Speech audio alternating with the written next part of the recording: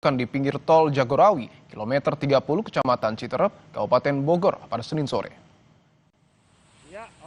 Jenazah ditemukan dalam posisi terikat dan terlentang di rumput pinggir jalan tol, mengenakan kaos lengan pendek dan celana panjang hitam. Jenazah korban telah dievakuasi dan dibawa ke Rumah Sakit Kramat Jati, Jakarta Timur untuk keperluan identifikasi. Korban diketahui bernama Ujang Adiwijaya, warga Kecamatan Pancoran Mas, Kota Depok. Istri korban sudah mendatangi kantor polisian untuk membuat laporan dan memberikan keterangan terkait korban. Ya, orang dibuang. Pada saat kami menemukan di TKP, tidak ditemukannya identitas korban.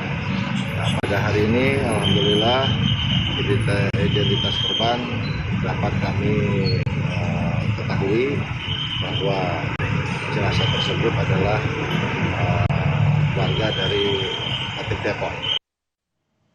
Jenazah yang diidentifikasi sebagai warga Depok ditemukan di pinggir tol Jagorawi. Saat ditemukan, tangan jenazah terikat.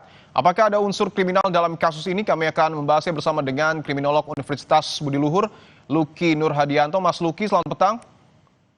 Halo, selamat petang, Mas. Mas Luki, bahwa polisi sudah mengantongi identitas jenazah. Apakah hal ini akan lebih mudah agar polisi mengungkap kasus ini? Maaf, Mas, tadi kurang jelas, maaf. Oke, bahwa polisi sudah mengantongi identitas jenazah, apakah hal ini akan memudahkan polisi untuk mengungkap kasus secara keseluruhan, Mas Luki? Ya, tentu. Saya pikir dalam konteks ini keberadaan identifikasi terhadap jenazah tersebut menjadi titik terang ya, bahwa apakah memang kejadian ini dilandasi oleh dasar emosional seperti itu ya, ada privatisasi, kekerasan gitu yang memang bersifat domestik. Yang kedua, tentu yang perlu dipahami juga bahwa kondisi dari korban ini mengindikasikan terjadinya salah satu bentuk kekerasan. Kekerasan yang memang apakah memang luapan dalam konteks emosional yang bersifat berat atau memang ini salah satu bentuk dari kekerasan atas dasar spontanitas. Yang ketiga yang perlu dipahami juga dalam konteks memang penghilangan identifikasi, maka bisa kita lihat ada unsur ketidaksiapan.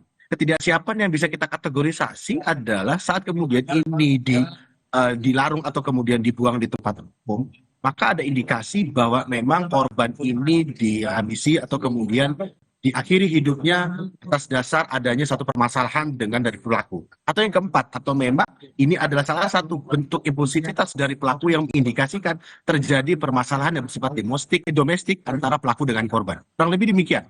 Oke, saya ingin tegaskan, artinya ketika jenazah ditemukan dalam kondisi tangan dan kaki terikat, ini mengindikasikan sangat kuat bahwa ada unsur kejahatan atau mungkin kriminalitas. Ya, saya pikir ada indikasi adanya pidana di sana, atau kemudian ini mengindikasikan adanya keterlibatan dari pihak lain, bahwa apa yang menimpa dalam konteks ini adalah yang menimpa diri korban. Itu pertama ada unsur paksaan di sana. Paksaan ini mengindikasikan bahwa korban mengalami intimidasi sebelum terjadinya tindakan yang mengakhiri hidupnya. Yang kedua, saat kemudian intimidasi ini diperparah lagi dan kemudian diakumulasikan dalam bentuk kekerasan, maka tentu resikonya adalah menghilangkan nyawa dari diri korban. Apakah memang dengan tujuan tertentu meninggal sebelum adanya kekerasan, atau dibalik, kekerasan akhirnya menimbulkan terjadinya korban jiwa. Yang ketiga, yang kita bisa lihat adalah ada upaya gitu untuk memberikan salah satu bentuk deter gitu ya, penjeraan kepada korban jika memang misalnya korban mengetahui salah satu rahasia tertentu, atau korban memiliki satu ikatan emosional dengan diri pelaku yang menjadikan korban layak untuk bisa diperlakukan demikian, misalnya dengan disumpal atau kemudian dengan tanda-tanda psikis lainnya, atau kemudian secara fisik yang kemudian terrepresentasi dari diri korban. Yang keempat yang bisa kemudian kita kategorisasi, biasanya kejahatan-kejahatan atau kemudian adanya muncul korban seperti ini mengindikasikan intimate violence partnership di sana. Jadi ada keterlibatan dari orang-orang terdekat yang kemudian memanifestasikan rasa kekesalannya, rasa emosionalnya kepada diri korban, dan tidak hanya itu, kemudian menjadikan korban tidak berdaya untuk dapat melakukan perlawanan. Oke, bagaimana dengan jenazah, Mas Luki, yang kemudian ditemukan, diletakkan di pinggir tol? Apakah ini juga mengindikasikan mungkin saja jika ada keterlibatan pihak lain ini dilakukan secara terburu-buru karena tidak disembunyikan? Ya, memang akhirnya salah satu bentuk bahwa kejahatan ini tidak berjalan dengan cukup sempurna, bahwa korban ini akhirnya terkesan dibiarkan biasa saja gitu ya, kemudian dan mudah untuk dikenali saat orang-orang yang berlalu lalang di sana itu mudah untuk menemukan. Itu yang pertama. Sehingga unsur adanya bahwa ini kurang persiapan misalnya seperti itu, atau kemudian impulsivitas, ini perlu didalami lebih lanjut lagi. Yang kedua, jika memang ini sudah cukup direncanakan gitu, atau kemudian kejahatan-kejahatan atau kategorisasi kejahatan yang lebih rapi lagi, maka seharusnya mereka mengkalkulasikan mulai dari bagaimana kemudian korban diculik misalnya seperti itu, atau kemudian korban dibawa sampai kemudian korban diakhiri hidupnya, dan saat kemudian dia tidak lagi bisa meninggalkan rekam jejak yang lebih lebih jelas lagi untuk mengarah kepada pelaku.